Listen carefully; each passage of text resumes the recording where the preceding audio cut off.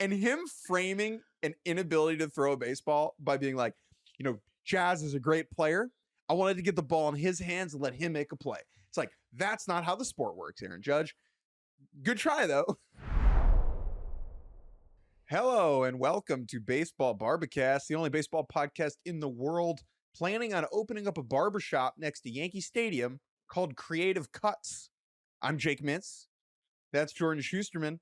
And none of the barbers at our shop will be able to use their right arm. It's a bit of a problem. Well, that is going to necessitate some creativity, is what I'm hearing, as we are going to discuss whatever is going on with Aaron Judge's outfield experience. He's back out there. You can't take that away from him. But that will, of course, be one of our topics here on this Monday weekend recap edition of Baseball Barbacast. It's so good to see you, my dear friend. Happy anniversary. Jake Mintz has been married for a year to his wife, not to me. We've been doing this for much longer. We've been married much congratulations. longer. How's it? We've been baseball married for a lot longer, but how's it? 1 year? Good job, dude. You're killing it. Thanks, dude. So apparently, every anniversary's got like a different material. This is something I learned recently. Like this seems like something your wonderful wife is tuned into. It was like, oh, this is, 23 is zinc and like 50 is, gold, whatever. One is paper. And on today's episode, we're going to try and get that. Lot to talk about from the weekend of baseball. We're going to do things a little bit differently on this episode. So usually we'll do sweeps at the top. We'll go through other interesting series in the middle, and then we'll kind of fly through everything else in turbo mode at the end. We're going to break this up into division races up at the front, wild card in the middle, and then turbo mode, everything else at the back end. So if you're really itching for A's Angels chat, just skip to minute 52 and we'll tell you all about Scott Kingery's pitching appearance. But for our opener, it's going to be the NL West.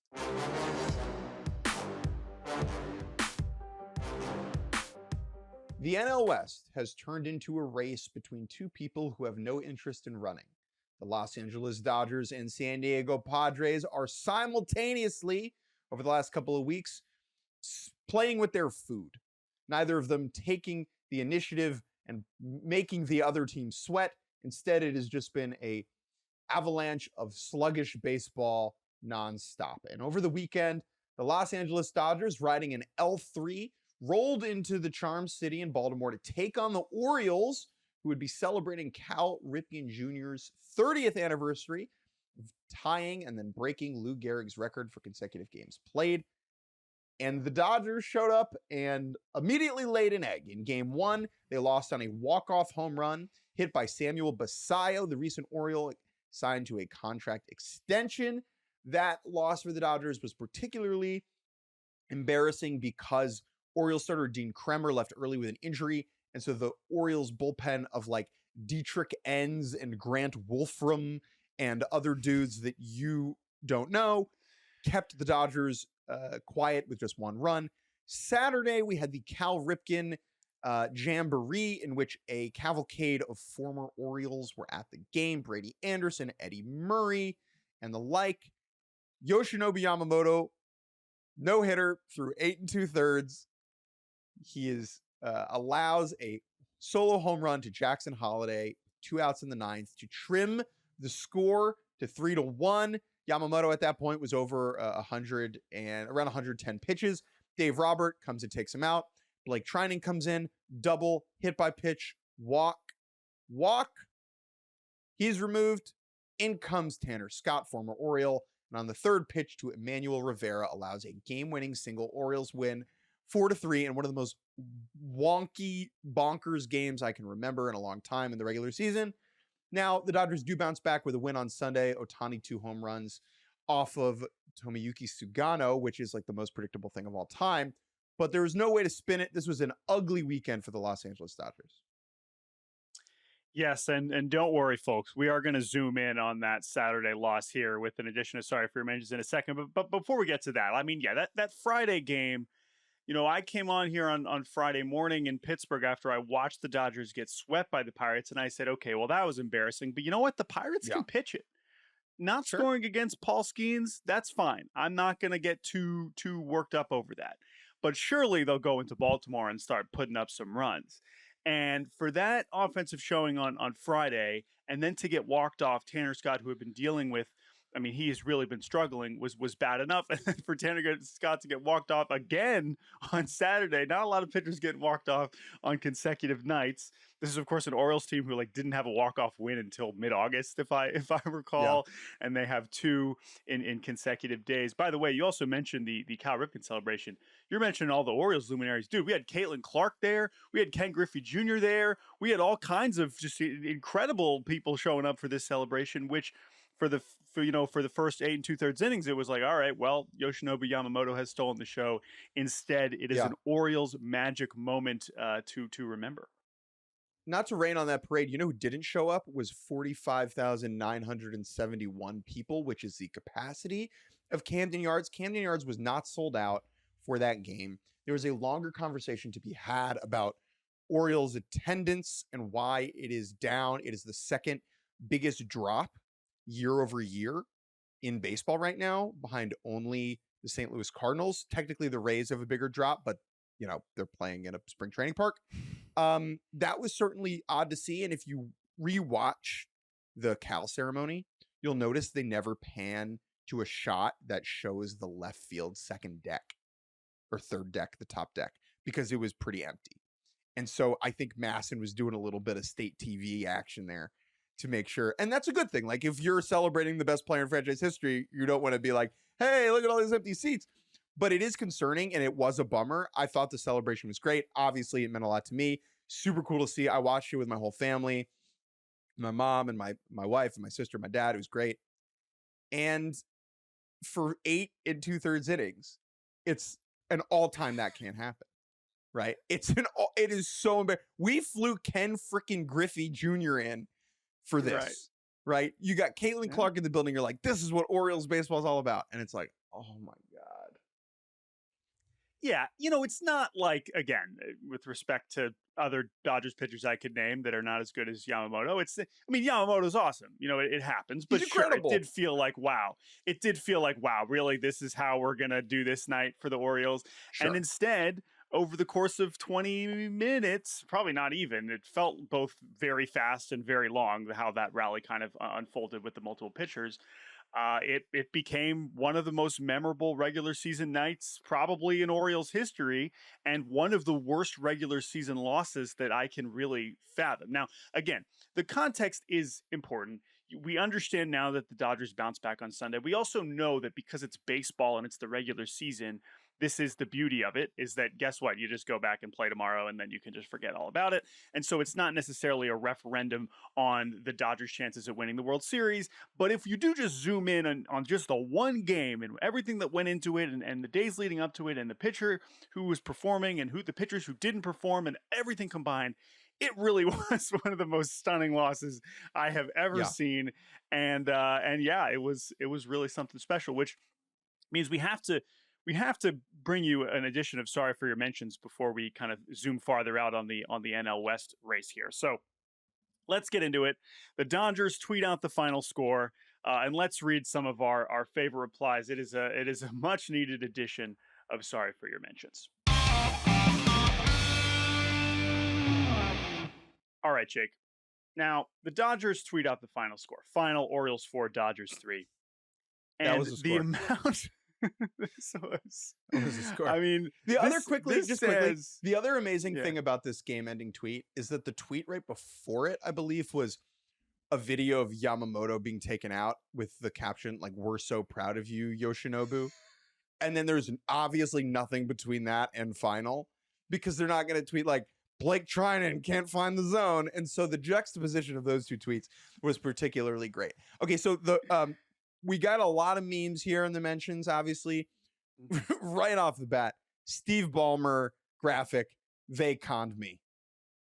I mean, this is beautiful. We got timely, of course, referencing right the off Kawhi the press. Leonard investigation. We've got just like that's how fans of the 2025 Dodgers, who were promised 125 wins and another World Series, they feel conned. This next one, this is one I think we've gotten before in Sorry for Your Mentions. This one comes from Todd. Fire somebody, I don't care who, somebody needs to be held accountable for this. This always just kills me, right? Because Yeah.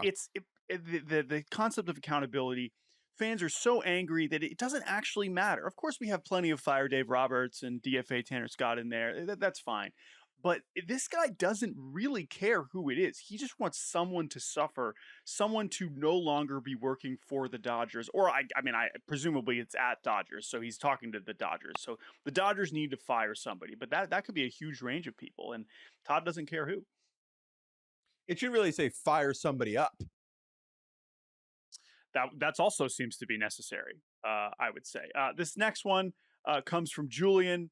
We love this. $1 billion to get walked off by Emmanuel Rivera, which is just tremendous work. We love that. And yes, of course, referring to their $1 billion off-season / off-seasons. We know they've spent a lot of money to get walked off by Emmanuel Rivera. That is what is notable to now pull out of the Sorry for Your Mentions. That's what's notable about the way the Dodgers are playing. We were promised, or we were made to believe that this would be a juggernaut of sorts, that these $1 billion Dodgers and all their incredible baseball players were going to come together and be one of the most impenetrable teams of all time. And they have not. Now, look, they're still going to be in the playoffs, and they still have, a top 5 odds in the league of winning the World Series, something that every other team would take gladly, and many Dodgers fans, I think, would take reluctantly. But you can't review this season as anything but a disappointment unless they win it all, right? And those were the stakes heading into it, sure. But to undershoot their win total, their projected win total by potentially 10 games, this could be the worst team of the Andrew Friedman era. Simple as. They're on pace to win 89 games, 90 games, which is 10 games. They would be undershooting it by 15. Last tweet, we have to do this because this is also part of the rally that I did want to discuss from a Discord standpoint. This tweet, this one kills me. Send Pages to OKC until he can go bring that home run back like a major league outfielder. Okay, let's talk about this for a second, because the premise here is already preposterous, but let's dig into this, because this was something that I saw smart people responding to with the similar sentiment, which is that on the ball that Jackson Holliday hit to break up the no-hitter and put the Orioles on the board with the home run off Yoshinobu Yamamoto, there seemed to be a lot of discontent about Andy Pages' effort to catch it. Now, on first glance, it does look like the ball barely cleared the fence and then bounced back over, and that the ball was in the air long enough that Pages kind of slows up at the fence and just kind of watches it go over slightly over the fence and then bounces over. Okay. Could he have possibly made a leaping attempt a la, Denzel Clark or Cedar Rafaela and made one of the catches of the year? Perhaps. But people acting like this was like a can of corn is ridiculous. It really just speaks to how angry people are at all things Dodgers right now. It's like, you idiot, you got to go for that. That play's got to get made. It's also a deceptive angle. It's, I think, 2 or 3 or 4 feet between the edge of the wall and where the stands start. Someone wrote about this at MLB.com. There was a gap, and you can see it from the bird's eye view shot. This is not an easy play, okay? This is not like he was camped under it and all he had to do was jump. Now, that being said, Andy Pages would have saved himself a lot of agita and stress and criticism if he had just if he runs into the wall and falls down, they're like, oh, Pages left it all out there, man. Right.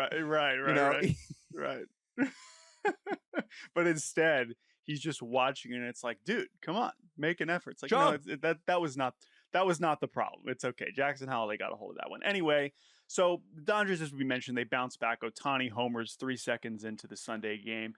That's the other thing about we have to mention about the Dodgers before we bring in the Padres into this NL West conversation is Friday. We didn't even mention this part. Friday is supposed to be Tyler Glasnow, because Glasnow was originally going to be was going to be Glasnow, Yamamoto, Kershaw because Ohtani was pushed to Sunday when he was feeling sick in Pittsburgh when he was supposed to start on Wednesday. Then Have the sniffles. Glasnow gets scratched with back tightness, and Ohtani's like, yeah, I can pitch, no big deal. Not only does Ohtani go out there and pitch on short notice in a way that you would think would be the last person to pitch on short notice. I mean, this dude was going out there throwing absolute fuzz, and maybe it's because he had the extra couple days of rest and he was feeling better. He was up to 101. The sweeper was sweeping. I mean, I know he only pitched into the 4th inning, but from a stuff standpoint, that's about as good as we've seen Ohtani look. And you have to get excited about that. But it has kind of put the Dodgers pitching plans a little bit out of whack. Well, I want to hop in here. We've been looking for signs of the Dodgers being more aggressive with decision making now that we're getting to the sharp end of the season. Having a sick-ish Shohei Ohtani hop in and make a start on short notice is not something that they would have done multiple months ago, and in my mind is indicative of a change of behavior. I just wanted to note that. Yeah, that's a great point. And then the other thing from a Dodgers injured list standpoint to keep an eye on is they almost ran out of catchers this weekend. So Will Smith had been nursing a bone bruise on his hand. Dalton Rushing, the rookie catcher, fouls a ball off his knee, and it has to basically leave on. He was on crutches after the game. He goes on the IL. We've got Will Smith, it sounds like, is going to be back soon, which is good, but they had to fly in Ben Rortvedt, who then almost calls a no-hitter, which is incredible. And then, they have to call Chucky Robinson, who hasn't been in the big leagues in a few years. So the Dodgers catching, it seems like they're going to avoid it because it seems like Will Smith's going to be back. That was getting dicey. And then also important is that Max Muncy's coming back this week, as is Alex Vesia. So the Dodgers appear to be almost back at full strength, which is all the more reason that there is no excuse that this team might only win 90 games. All of that said, they maintain a 1-game lead in the NL West because the Padres were only able to win 2 games instead of 3 against the worst team in baseball, the Colorado Rockies, this weekend. That began with the Padres getting shut out on Friday night with a Kyle Freeland masterclass. Hunter Goodman hits his 28th homer, but they bounced back. Randy Vasquez throws well on Saturday. Dylan Cease on Sunday, and the Padres put up a bunch of runs. So, all that said, the Dodgers own the tiebreak here, so it is really more than just a 1-game difference. They do not play each other anymore. The Dodgers have a bunch of games coming up against the Giants. The Padres still have 4 more games against the Rockies, but as we've learned with both of these teams, those are not automatic victories, although those will be at home, so that will help for San Diego. So, again, this is the closest gap, right? We're going to talk about the AL East and the AL West here in a second. This is still the closest gap. Do you still think the Padres have a chance here, or was Saturday rock bottom for the Dodgers and now they kind of take off? I mean, losing Xander Bogaerts, we didn't really talk about this, but that's a big deal. I think Jake Cronenworth played shortstop in one of these games for the first time since 2022. That's not what you want in a postseason race. I always don't like faulting a team for only winning 2 out of 3 in a series, but the exception to that rule is the 2025 Rockies. And getting shut out in Coors Field is incredibly disappointing.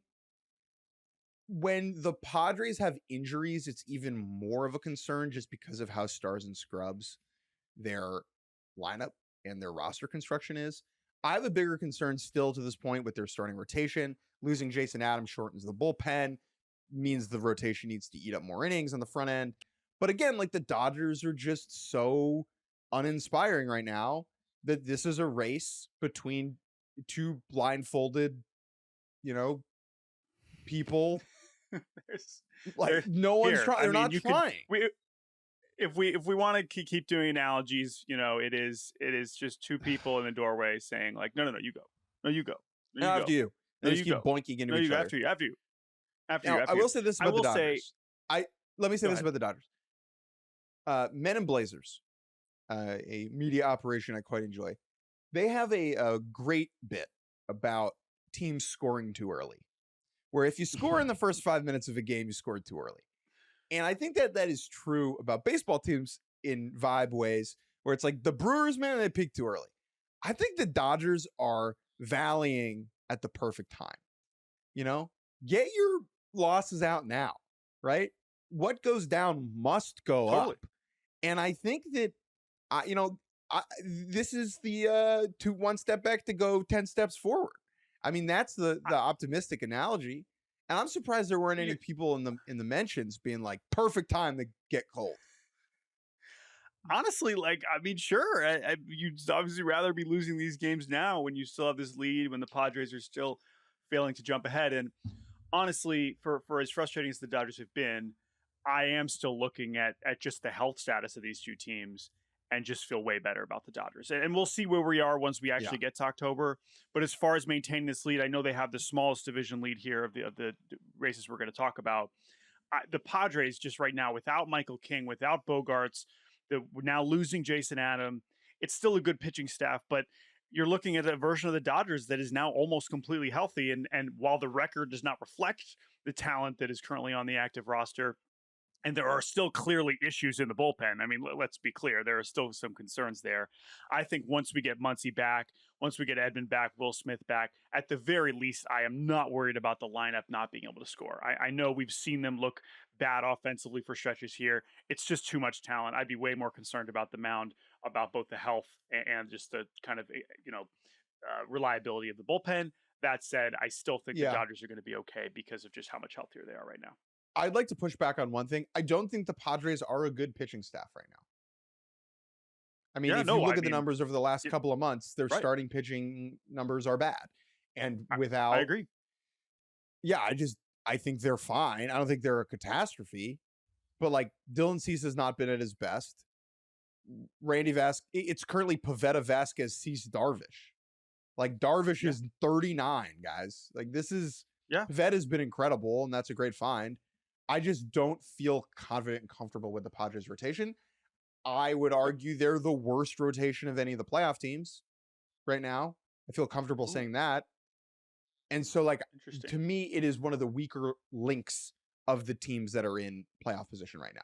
All right, let's move on from the West and head out east, where the Toronto Blue Jays snuck across the border to take on the New York Yankees in the Bronx, the capital of America, Yankee Stadium, for a 3-game set.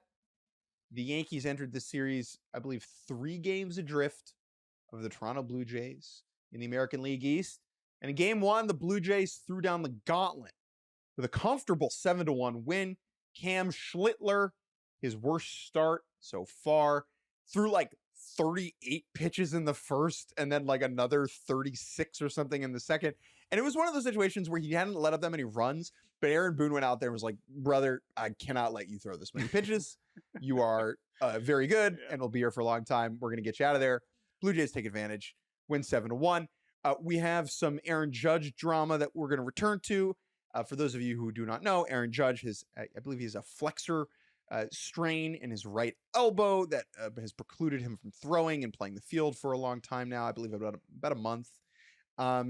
He comes back, plays in the outfield for the first game, has a play where he can't throw.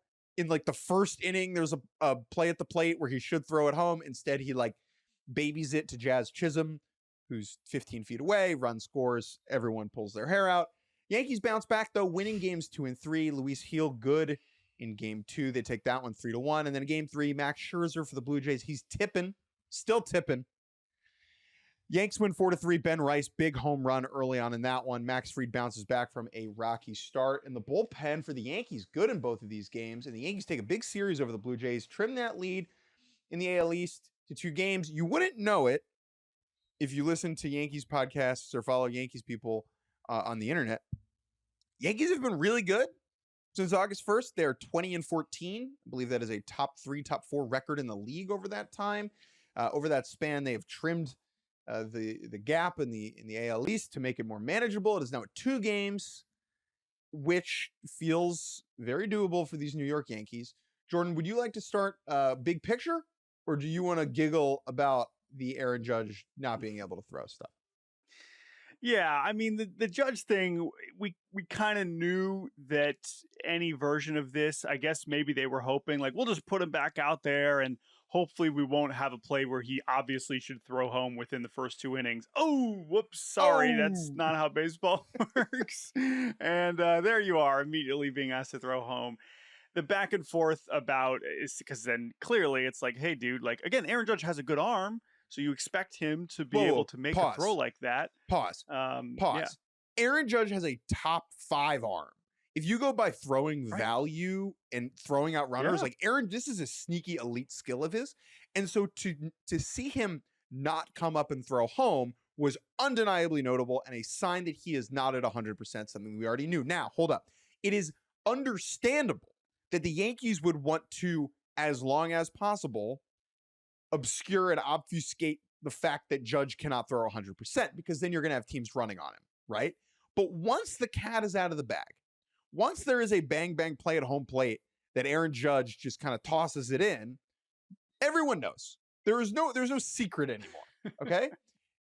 And the Yankees trying to maintain the secret after the secret is out was one of the funnier things that I have seen from this team in a long time.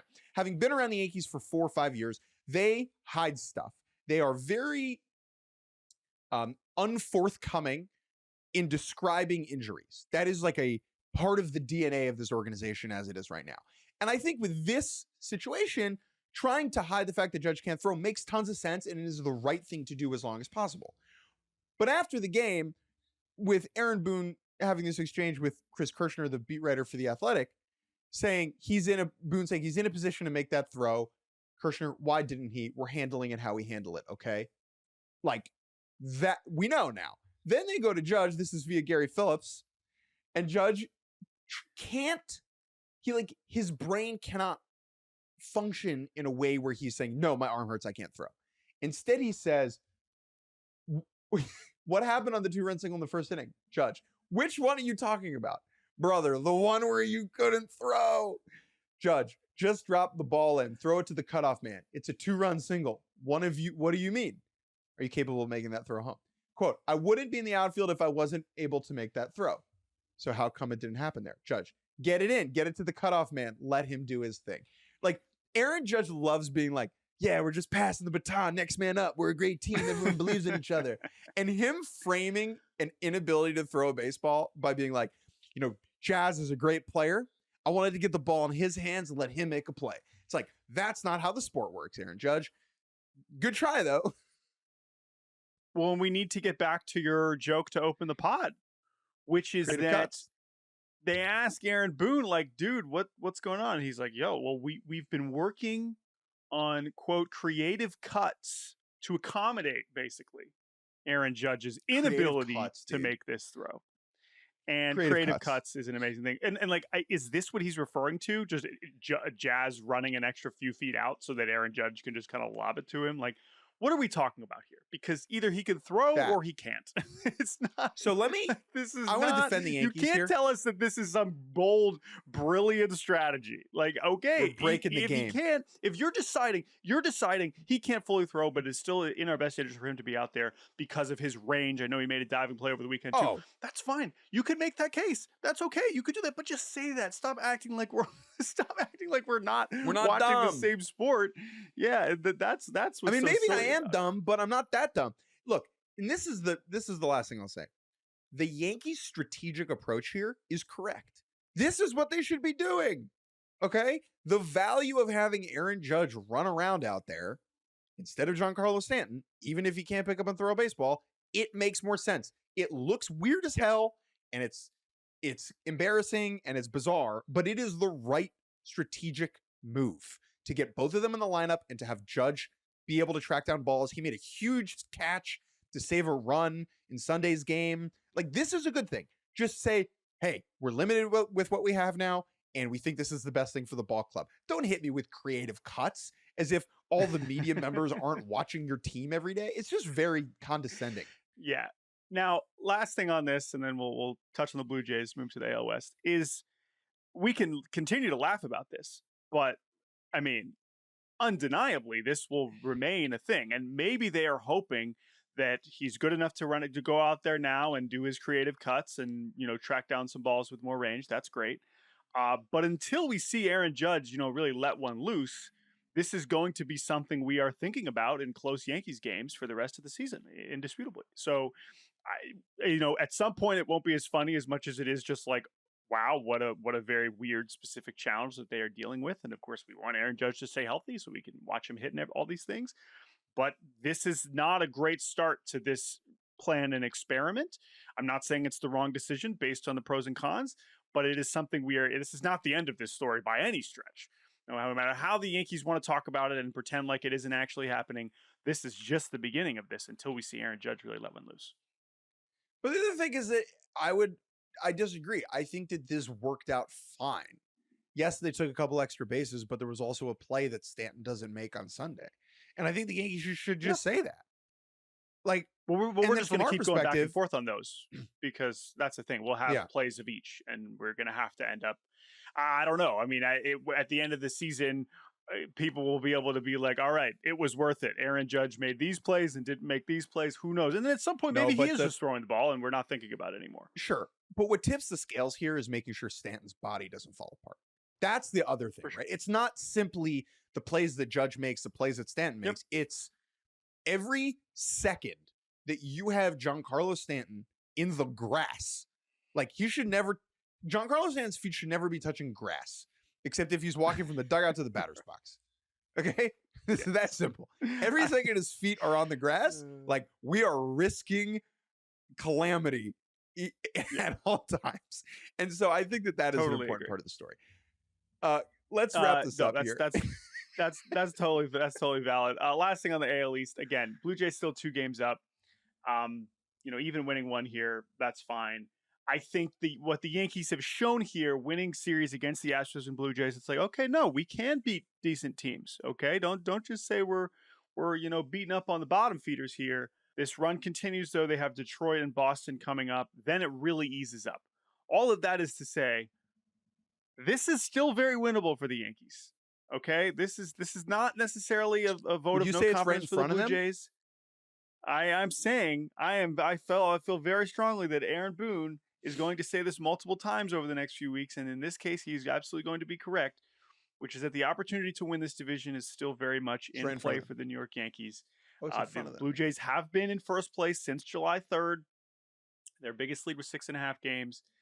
They are going to have to earn this now. Blue Jays schedule is a little bit tougher, but if the Yankees can get through these Tigers and Red Sox series, even holding steady, they could be able to beat up on Minnesota and Baltimore down the stretch here. So we'll see. This division race is not over whatsoever. In fact, I think the Yankees are going to do it. I think the Yankees have a better chance than the Padres. I think that is I feel pretty good about that. All right, we're gonna take a break. When we return, we have one more division race to hit on, which is the AL West, and then we'll do the wild card. We'll be right back on Baseball Barbacast. Welcome back to Baseball Barbacast. One more division race that is this still a division race? I think we have to say so. The Houston Astros are 2.5 games up on the Seattle Mariners with 3 weeks to go. The Astros have been in first place or tied for first place every day since June 3rd. Their biggest lead was 7 games. And though the Astros have also been playing rather poorly lately, not as poor as the Mariners. But that changed over the weekend as the Mariners finally gained some ground with a series win in Atlanta and the Astros dropping a series to the Texas Rangers. Let's talk about the showdown in Texas first, as the Astros and Rangers played a truly miserable baseball game on Friday night in which they combined to go 3 for 28 with runners in scoring position. Rangers walking it off in the 12th inning against Lance McCullers, who's in the bullpen now. Yuck. That was a brutal watch. Yeah, I'm sure Lance had a great time there.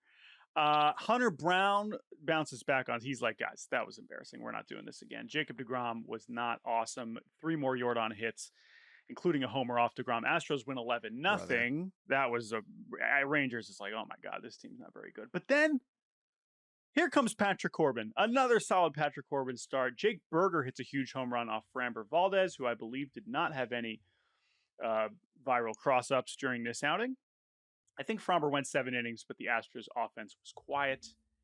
And the Rangers win 4-2. Meanwhile, in Atlanta, the Mariners, they reached their rock bottom with a pitiful offensive performance on Friday night. Now, they were facing Chris Sale, which anyone who has to face Chris Sale at this point in September, like, that's just a tough bounce because this Braves come season on, is man. so over. And Chris Sale was injured, and he has come back for some reason and continues to look like one of the best pitchers in the league. And so that's a tough bounce for Seattle, but their where's offense Eric continues to look bad, Fetty? of course. Yeah, come on. Can we get some of these? Well, can we get the pitchers that we see the next couple days for Atlanta? Now, on Saturday, Hurston Waldrop, who this has been another bright spot for the Braves in the second half. He has been good, and I'm excited to kind of watch him progress in this rotation. But the Braves bullpen was just a catastrophic performance. The Mariners offense explodes in the late innings. We get 2 Julio homers. Gino goes yard. Raleigh hits his 52nd home run. Mariners win 10-2. And they were just getting started because you know what this team needed, Jake? Roku Sunday morning leadoff. First game of the day on Sunday. Oh, is it the last one of the year? There's a chance that we just witnessed history. The last Roku Sunday morning leadoff of the year and maybe of the ever. And Jordan, I have to tell you something. I was at my parents' house. I was the series finale of Roku morning leadoff. I was at my parents' house, okay, for this. And they have Roku. And I sat down on the couch yesterday and I was like scrolling through Roku and I was like, I'm going to put on MLB TV. And I said, no. I'm going to watch this game the way this should be watched, direct on Roku. And I did. And it felt like a beautiful goodbye. It was the goodbye I needed to Sunday morning Roku leadoff. Yes. Now, as for where this one will rank in the pantheon of series finales, Spencer Strider getting scratched and Joey Wentz giving up 1 billion runs is probably not what Roku envisioned when they wanted to, send off this great product. All that said, the Mariners will happily take it as their offense gets even hotter on Sunday. 18 runs on 20 hits, only 2 of which came against noted position player pitcher Vidal Brujan. 2 more Suarez homers. Cal Raleigh hits his 53rd. Naylor and Polanco go yard. Mariners win 18-2. So, this is kind of what the Mariners really needed from a offensive standpoint. Like, this was, yes, cathartic is the word, against pitchers that they should be beating up. This was good. And the starting pitching, while in Tampa was disappointing, was good in Cleveland, and it was pretty good in Atlanta. So that's also encouraging for sure. Luis Castillo looked much better. All that said, this is still, the Mariners are still going to have to earn this. Now, they do still have 3 games in Houston remaining in a few weeks, September 19th to the 21st. You could certainly circle that. But what will the gap be at that stage is really the question. Are the Astros going to remain in striking distance? Because Houston has also been very inconsistent, but they are starting to get reasonably healthier. And the Mariners, while, schedule-wise, both of these teams have, Seattle's schedule looks easier on paper because they still have the Rockies and the Angels left. But Houston, Houston's also got some games against the A's and the Braves and the Angels as well. So, I mean, again, I think it's the least likely of these 3 division races that we've talked about, but the Mariners at least starting to look more like the best version of themselves, reminding us that even against mediocre pitching, they should be able to score a bunch of runs. And if the starting pitching, which has been disappointing recently, can get back on track, I think at the very least, they should be able to play well enough to not sweat too much to get into the postseason, which it certainly was looking like they might be as we talk about the wild card races here in a second. But before we get to that, anything on the AL West? The Mariners played like a tuna sandwich left in an 8th grader's locker for 2 months. It's just smelly, bad. 6-15 after 6 of their last, 6-15 in their last 21 games heading into Saturday before they took those last 2. And yet here they are with just 2.5 games between them and the Astros. Jordan, I've had a rough go of it recently here in DC. As you know, I got a couple of my bikes stolen. Someone broke into my garage and took them. And, it's been really tough and it's been a bummer. And then I woke up this morning and I look at my life. I'm like, I still like my life. Like, I'm happy. I have a beautiful wife. It's my anniversary. I get to do this for a living. It's nice outside. I can talk to you. And things are still generally pretty good. And that is the Mariners. That is the Mariners. You wake up and you're like, actually, things aren't that bad. You know what? you know what? This could still be okay. And yeah, it's like you hope, same with the Dodgers and some of these other teams, you hope that you hit rock bottom at the beginning of September instead of the end of September. That's really the way Yeah. you have to look at it. And I think, Aaron Boone will tell them the same thing too. It's right in front of them. They have Right in the front of them. opportunity. All right, but You that ask said, Aaron Boone, hey, Aaron, what do you think of the Mariners? It's right in front of them. it's right in front of them. What about the Pirates? Way behind them. How many teams? I can't even see them. They're so far behind us. Okay, let us open this up a little bit more. Let's go around the league.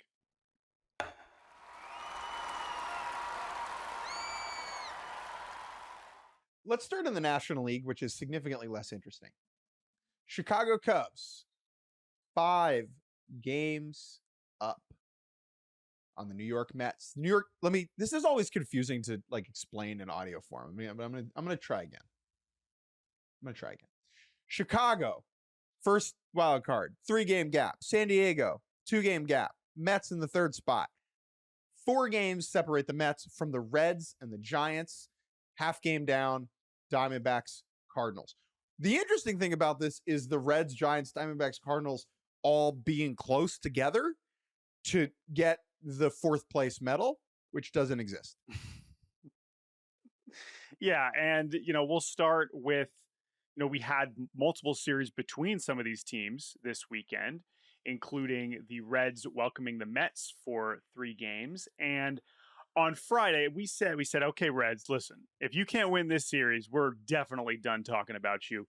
And when the Reds load the bases with nobody out, down by 1 against Edwin Diaz in the bottom of the 9th against the Mets on Friday night and can't score, that was kind of like, all right, Reds, it's been a nice season. There is no way we are taking you seriously. Go Bengals. At any point for the rest of the year. Now, credit to them. They bounced back and win the next 2 games. Brady Singer looks very good on Saturday. Hunter Green was spectacular. A nice reminder that they do have a superstar pitcher in Hunter Green. 12 strikeouts, only 1 hit allowed on Sunday. Sal Stewart hits his first homer of his career on Saturday against Jonah Tong, who kind of struggled with his command. He does go 6 innings, but allows 3 homers.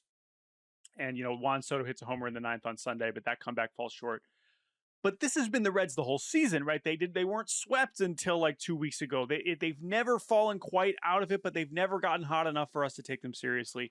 And honestly, this is what this series was, where the stink of that Friday loss made me not care about the next 2 wins. Even if you had just lost, if you'd lost it in a more normal fashion, because you're just thinking like, wow, well then why wasn't this a sweep if you could just score a run like a normal team would on a Friday night with bases loaded, nobody outs, down by 1. So missed opportunity once again. Even if they had won that, they still would have been 3 games back.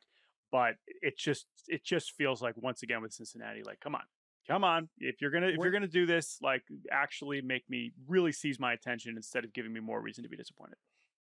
My takeaway from this weekend was more Mets focused, where the only way the NL wildcard race becomes interesting is if the Mets bungle it. That gap is big enough where the Mets have to lose this. Whereas I think in the American League, where it is Mariners in the 3rd spot, 1.5 games, Royals at 2, Gardos at 2.5, Rays at 4. Like, I think the Rangers could win it. Like, the Mariners could play well over the last 2 weeks, and the Rangers could just play a game and a half better, right? And you would look back and be like, man, the Mariners kind of blew it. But in some ways, they did it. That will still be the conversation. I understand that. But I just think that, like, the Mariners can lose the wild card spot without having a catastrophic record in the last couple of weeks. The Mets need to be a dumpster fire in order I think to fall out. If you zoom in right now, look forward, I think that's fair. I think you could also just argue that the Mariners have already blown it to even be in this position for the Rangers or the Royals to catch them. But I think that is a fair point from this point forward. That said, quickly, also on the National League, while we stay in the wild card, so the Cardinals take 2 out of 3 over the Giants. This was a very similar kind of thing. The Giants had been suddenly playing extremely well over the last few weeks. And even though they were still on the fringes, you were like, okay, wait a minute, there is talent on this roster. Maybe they can make a push if the Mets want to bungle it.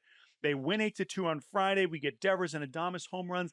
And all Ryan Walker needs to do is close it out on Saturday after an awesome Justin Verlander start, and he can't get an out. Cardinals come back to rally. They walk it off, and they win again on Sunday. And it's the same kind of thing where it was the Giants. It was like, I think they had won 8 of 10 going into the weekend. It was right there. And instead, they were like, right nope, in front of them. we are magnetically tethered to 500. That is where we belong.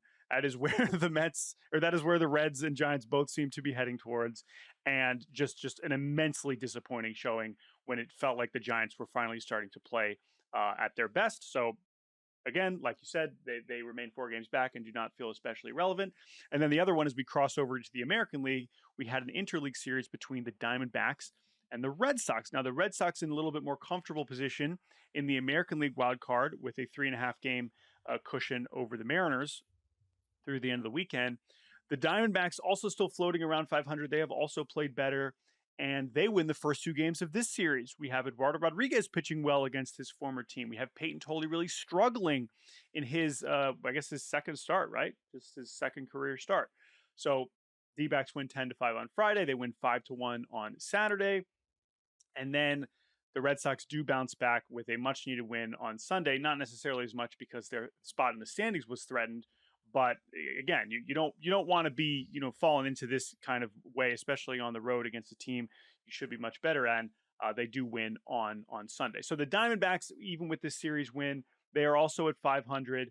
They are also 4.5 back, but as they showed again on Sunday, they just don't have the pitching, especially in the bullpen, to really hang late in these games, to really trust that they're going to get those late outs, with all due respect to Taylor Rashi. And so the Red Sox do salvage on Sunday. The one Red Sox note before we go to the rest of the AL, I mean, Aroldis Chapman has been unbelievable. Obviously, this is not someone people enjoy rooting for many understandable reasons. But the fact that this guy is essentially having one of his best seasons ever at age 38 is a reminder that he's a generational talent. He's one of the most incredible pitchers we've ever seen. He hasn't allowed a hit in 50 consecutive hitters, 50 consecutive batters faced. That is 17 straight appearances without allowing a hit. Last hit allowed was JT Realmuto home run on July 23rd. Now, again, the rest of the Red Sox bullpen is still not awesome for sure. So it's going to be a big question as we move forward with them, is like, how much are you going to ask of Chapman? Are they going to start asking for 6 outs from Chapman? And his, control can still be shaky at times, but he has become, one of the best relievers in baseball again, which shouldn't be that surprising because he has been that for a long time. But man, oh man, he's really on one right now. The postseason home run that he allows, that he is going to hit very well. Yep. Where that blank Chapman stare into the nothing, we've seen it. I guess he's done that 3 times, if I remember correctly, right? I can think 3. The three very memorable ones off the top of my head, which is Altuve, Mike Brasso, which is Mike Brasso. I think my favorite. Still one of my favorite ones in 2020. So yeah, he can still give them up. He can still give them up. We're not big gamblers. Take your pick. Who hits the back-breaking home run off of Aroldis Chapman in the playoffs that causes him to stare into the distance? I mean, again, if we're going right now, we might be heading for a Red Sox Yankees wild card series. I mean, like, again, expecting it to be a lefty feels basically just stupid. So, like, Trent Grisham feels like the right answer, but that also would be an unbelievable feat, Volpe. Considering it is Volpe. almost always Volpe. Volpe. Yeah, I think that's the answer. I think you're right. I think it's Volpe. I think it is Volpe. All right. Well, we can look forward to that. Anyway. Paul Goldschmidt. Yeah. Paul Goldschmidt. That matchup wise, that is absolutely the correct answer. So I could definitely see that. Anyway, Red Sox still in fairly good position in the American League wild card. Beyond that, we had the Royals taking 2 of 3 over Minnesota. We had the Guardians taking 3 of 4 over the Rays. Now, Cleveland leapfrogs Tampa Bay. They are still, I mean, this is just incredible. It really speaks to how goofy this season has been. So they take 3 of 4 from Tampa, but even winning that series, the Guardians still have a minus 48 run differential, Rays plus 55. So think about that gap from a Pythag standpoint, the difference between those two teams. Cleveland now sits 2.5 back of Seattle. The Rangers, who we mentioned won that series against the Astros, 1.5 back. Royals 2 back. Rays still 4 back with the, I guess, second best run differential behind Texas. Kansas City, this is another missed opportunity. You're playing a Twins team that could not be more downtrodden, and they are unable to sweep Rock them on bottom. Sunday after dominating them over those first 2 games. But that's kind of how that's where we're at with all these wildcard teams in both leagues. Where it's just like, yeah, they're not good enough to actually do what they need to and sweep and really push themselves back into it. That's true with Texas getting, crushed by Houston on Saturday. That's true with Kansas City not sweeping the Twins. That's true with even Cleveland, not being able to sweep the Rays, even though they came close there. So I don't know. Cleveland now, by the way, setting up this week, has 4 against Kansas City, which I will be in attendance for some of. Fun. So I'm looking forward to They're seeing that. They're going to split. We're not going to learn anything. But if they split, we might not learn anything, and neither team will make any progress. So that's kind of where we're at with these wildcard teams. But anything else, big picture? If there is a team that has your attention of this group, is it still Texas? I mean, that would be a reasonable answer. Still Kansas City. It's Kansas City. Still Kansas City. Okay. Cole Reagans, I believe, made a rehab appearance. He's going to be back, I think, soon, which would be a great shot in the arm for them. What I really want is an MLB NIT for these 8 teams out of the wild card picture: Reds, Giants, Diamondbacks, Cardinals, Rangers, Royals, Guardians, Rays. Let's play it in November. Low stakes. Who says no? All the teams. All the players say, please, absolutely not. That sounds like a terrible idea. All right. We're going to take a break. When we return, Brewers fans, don't worry. We'll talk about you. We'll be right back. Welcome back to Baseball Barbacast. We saved it for the third block. Sorry, Brewers fans, but now it's time to give you some love. How sweep it is. Clean up, everybody, everywhere. There is no shame in getting swept. I never got swept. You guys got swept. Quinn Priester. He wins again, Jake Mintz. This is one heck of a streak. Our guy, Quinn Priester, who may or may not know of this stupid video we keep referencing, where Jake and I were rapping his name for some reason. Quinn Priester. Quinn Priester, since joining the Brewers very early on this season, has been simply spectacular. And on Friday, he went another 7 innings against the Pittsburgh Pirates as they win 5-2. And this was a franchise record, the 11th consecutive decision falling in Quinn Priester's favor. The Brewers have now won 17 consecutive games started by Quinn Priester. Funny enough, the last time they lost a game started by Quinn Priester was also in Pittsburgh, way back on May 24th, when Quinn Priester was awesome. 6 innings, 1 run, and ultimately they ended up losing that game 2-1. But this has been arguably the best mid-season addition, and it's not really mid-season because they got him really early on, of any player in the league. Like, I don't really know how hyperbolic that is, but that is what he has been. That is the stabilizing force that he has become for this Brewers rotation. He has put himself in position to be like, yeah, obviously Quinn Priester is going to start a playoff game. Now, is that true? It seems weird considering they've been undefeated basically when he's been pitching, but we still have, of course, Freddie Peralta, who's making a push for runner-up to Paul Skeens in the Cy Young. We have Brandon Woodruff, who has looked great. We have Jacob Mizorowski, who went a career-high 7 innings on Sunday. And so the Brewers have a lot of options here. But regardless, what Quinn Priester has become, which is essentially the durable, sinker-balling, innings-munching, mid-rotation anchor that many scouts thought he could be when he was drafted out of high school by those Pirates back in 2019, is really tremendous. And whether or not he gets the ball for a postseason start, he has been a massive part of their push to the best record in baseball, and we got to give him some love. I find this hard to believe. He's the only Quinn to ever pitch a game in MLB history, and only the second Quinn. Wow, no, I didn't know that was such a modern name as a first name, I guess. Yeah. Super bizarre. I mean, Roman Quinn, last name. There's some last name Quinns. But there's only one other Quinn, Quinn Mack, a left fielder who appeared in 5 games for the 1994 Mariners. That's it. Those are the Quinns. He's Quinn. We could stop calling him Quinn Priester and just start calling him Quinn, like Shohei or Jock. Yeah. He earned it. He's at this point. I mean, it's going to take a while for another Quinn to come along and be any better than this. So you got to give him some credit. But yeah, like I said, I don't know how this and Jose Quintana, didn't even mention him. Like the Brewers are going to have a lot of options here, which is better than we could say for them in recent years. That's for sure.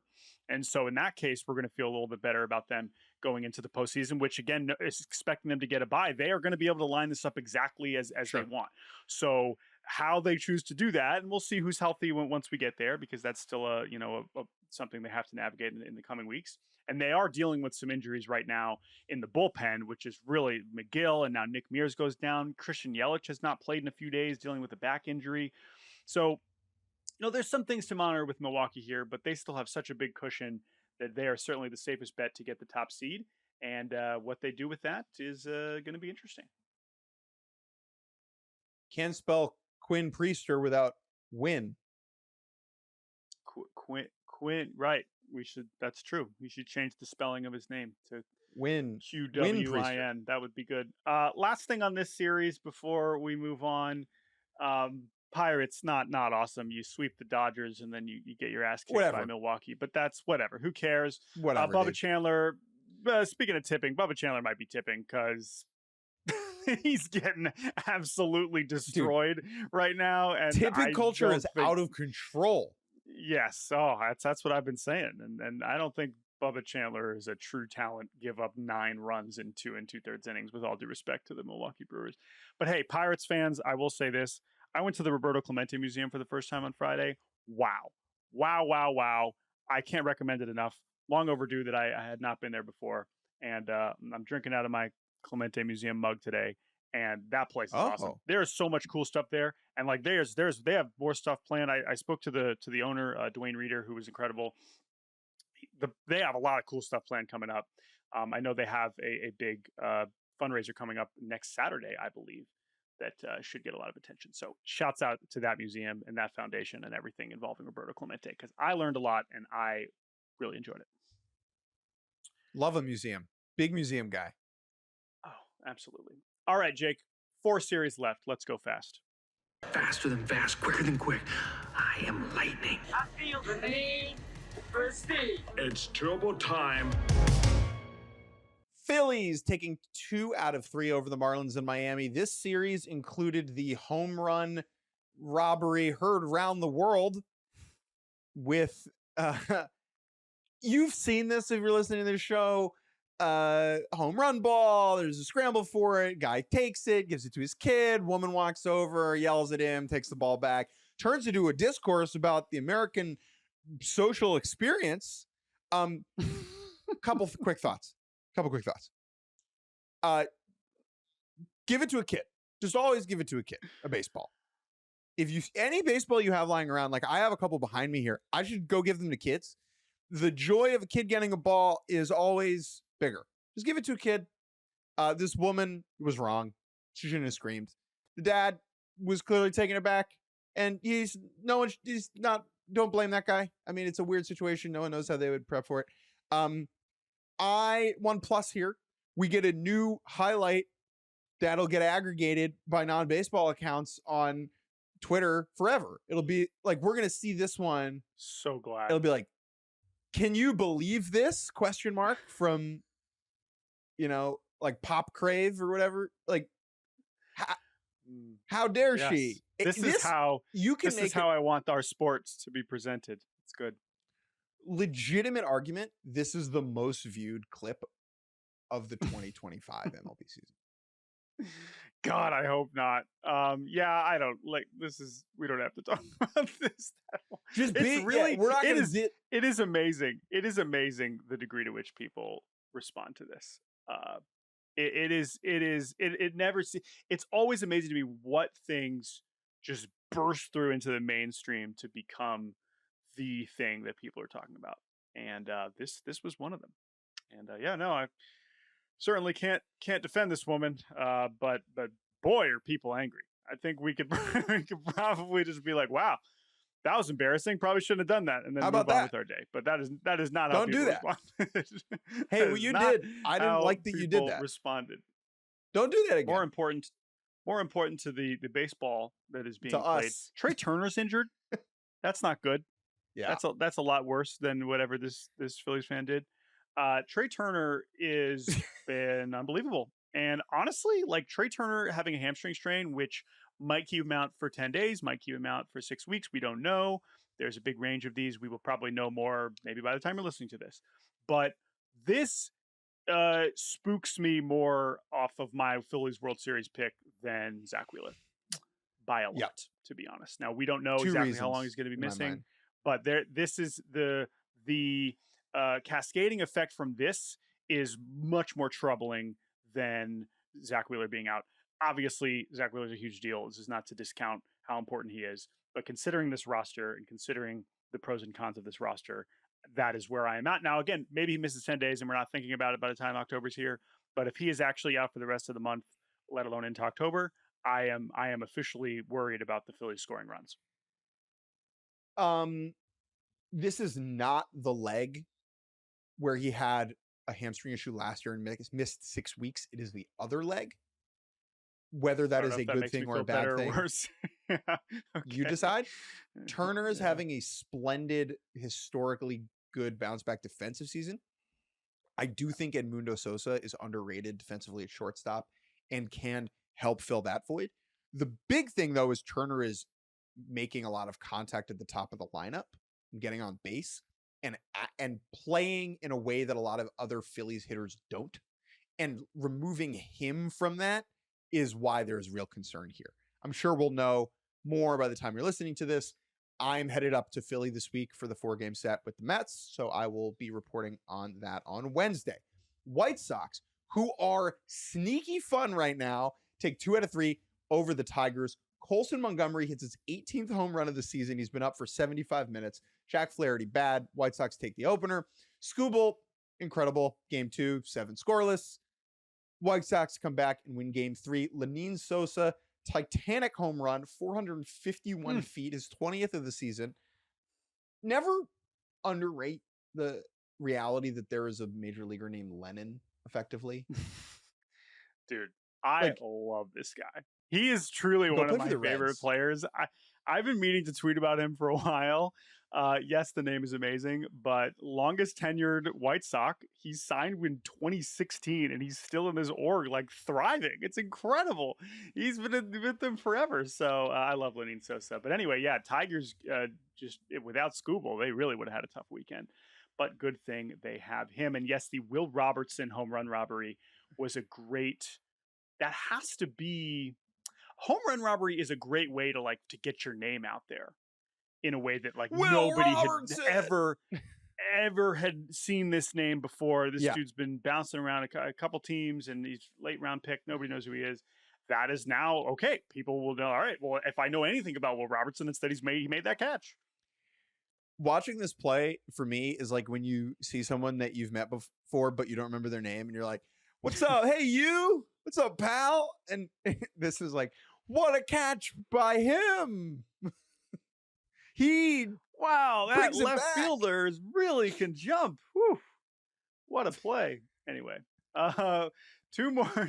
So yeah, White Sox are fun right now. I'm enjoying watching them. The Nationals take 2 out of 3 over the Chicago Cubs. Cubbies, not great. I know it's not like we're pretending like you're catching the Brewers at all, but this was still not an awesome weekend for them. They win on Friday with a bunch of homers, but then the offense really goes quiet over the next couple days against pitchers that are not usually getting a lot of outs. Nats win 2-1 on Saturday, 6-3 on Sunday. Daniel Palencia, one of the breakout stars in the bullpen for them, cannot record an out as the Nats hit 2 homers against him, and he leaves with shoulder tightness. That is very ominous for the Cubs, who were already dealing with minor injuries to Kyle Tucker and PCA. PCA, who fouled the ball off his knee. Kyle Tucker, I believe, dealing with a calf issue. So Not an awesome weekend for the Cubs. Again, because they have the cushion at the top of the wild card, because we're no longer pretending they can catch the Brewers. They're kind of just floating along, and we just assume they'll have that top wild card spot. But, at the very least, you want to get it to October healthy, and this wasn't an awesome weekend from that perspective. Whoa, Cubs. Whoa. Also an update here for James Wood, who has his sights set on the all-time single-season home run record, or in his case, avoiding it. 5 more punch-outs over the weekend record for James Wood. You said home run record, which maybe he will also do someday, but strikeout record, to be clear. Strikeout record? I like the idea that James Wood is going for Barry Bonds' 73, and we waited until this point to talk about it. No, Jordan is correct. He is going for the single-season strikeout record, which is Mark Reynolds at 223. 5 more Ks across 3 games for him over the weekend. He is now up to 193 strikeouts on the year. 30 more to tie the record in 20 games left. For you mathematicians out there, that is 1.5 strikeouts per game. Okay. That feels doable to me. He is at 1.38 strikeouts per game right now. So he would not need to go past his average too much in order to do that. I will say, however, there's a double header in there. I don't know if they'll play both ends of that. Okay, that said, I do wonder. This is so. They sit him. It's like, well, this is what I'm saying. Is it going to be like the reverse batting title situation where it's like, nah, I'm not playing that last game. I'm qualified. I got to keep my batting average where it is. Where it's like he's 3 away from passing Reynolds. My oblique. And they're like, I don't think so. James Wood, if you're listening, here's my advice. Don't worry about it. Because as far as ARB goes and like contract extensions, you'd rather get more home runs than not get more strikeouts. I'm pretty sure. Yeah. So I think he's going to stay in there and keep, he could get to 30 homers, right? So yeah, and I believe he's got that Papa John's money. Unbelievable season. James Wood, awesome. Yeah. Love James Wood. Very few players I'd rather build around than James Wood. But I think this is totally in play. We're going to be talking about this in the final week. 100%. And then A's over the Angels is our last series. A lot of homers here. A's win 10-4 on Friday. Kick the crap out of the Angels 17-4. Scott Kingery allows 8 runs in 2 innings as a position player pitching late in that game. Adele hits his 35th home run of the year. Amazing year for him. Kenley Jansen gets career save number 473. The Angels take the last one. I've joked on the show before about MLB.com's Spin Doctor headline game, where a team will have an embarrassing loss and MLB.com's headline writers will make it sound like everything's okay. All-timer here. Yusei Kikuchi got obliterated on Saturday against the A's, and the headline on Angels.com was Kikuchi reaches 1,000 career strikeouts in rocky outing. That is very funny. Did you see this from Sam Blum? So Angels clearly running out of pitching, right? In AAA, they have position players Salt pitching Lake, in AAA. In AAA Salt Lake, not only do they have position players pitching, they ran out of pitching by the Sunday game, the last game of the series, that they had Yolmer Sanchez come in with a 1-run 9th inning lead to try and close out a 6-5 victory. And he didn't. You know what's funny about this? He gave up 5 runs. Yeah. I could talk about this forever. There's 2 things quickly. One, this is bad because it is cheap. You can go sign human beings to pitch and play Major League Baseball games to fill in, and maybe they become good. Like, this is an embarrassment, and the Angels should just be signing, the Rob Kaminsky's of the world. No shade towards friend of the pod, Rob Kaminsky. Whatever. There's plenty of pitchers. There are dudes like that will go and throw innings for you who are looking for gigs. Like, go sign them. This is an embarrassment. Second thing is, this is the team that drafted only pitchers in 2021. And they don't have any pitchers in AAA. So that's all I have to say about that. True. Oh my God. It's so bad, dude. Oh my God. It's so bad. All right, before we get out of here, one more thing. Rest in peace to Davey Johnson, who passed away over the weekend. Legendary baseball character. Won a World Series with the Orioles as a player. 1966 and 1970, 4-time All-Star. Had I believe, 43 homer season as a second baseman in 1973 for the Atlanta Braves. Pretty sick. Went over to Japan, played for the Yomiuri Giants. Then he gets into managing. 33 on the all-time managerial list with a 562 winning percentage, manages the 1986 Mets, wins a World Series, managed the Nationals when they first got good, was running the Orioles in 97, 98 when they made the playoffs. Like kind of a legendary dude. Was Bryce Harper's first manager when the Nats first got good in 2012. Thoughts go out to him and his family. Jim Palmer spoke about Davey before the broadcast started on Sunday. Palmer, who played with Davey on those Orioles teams. If you want to know more about Davey Johnson, highly recommend going back and watching what Jim had to say. Really good insight from the Hall of Famer. Well said. Yes, clearly someone that when you are a baseball lifer like that, you impact a lot of different organizations. And he is a primo example of someone who means a lot to certainly Baltimore. And then obviously, if you're part of the 86 Mets, you are going to be remembered forever. And the other thing, two other quick things about Davey Johnson, kind of a really important figure in terms of the history of baseball for sabermetrics. He was an early adopter of just using stats, like, like taking advanced information and applying that. And then, seemed like a really special dude. If you, Bryce Harper was really kind of broken up about this, understandably so. His first manager, Davey loved younger players. I never got the chance to interact with him. I'm not sure you did either. If you take a look at the all-time wins list, okay, the dudes on the wins list that are ahead of him, I believe there is nobody ahead of him with more wins that has a higher winning percentage that is not in the Hall of Fame. Yeah. Bruce Bochy, future Hall of Famer, and Dusty Baker, future Hall of Famer removed. So, this often happens. You review someone's legacy once they pass away.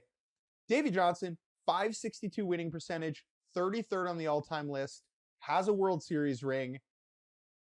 Everybody ahead of him on this list is a Hall of Famer who has similar credentials. Yeah.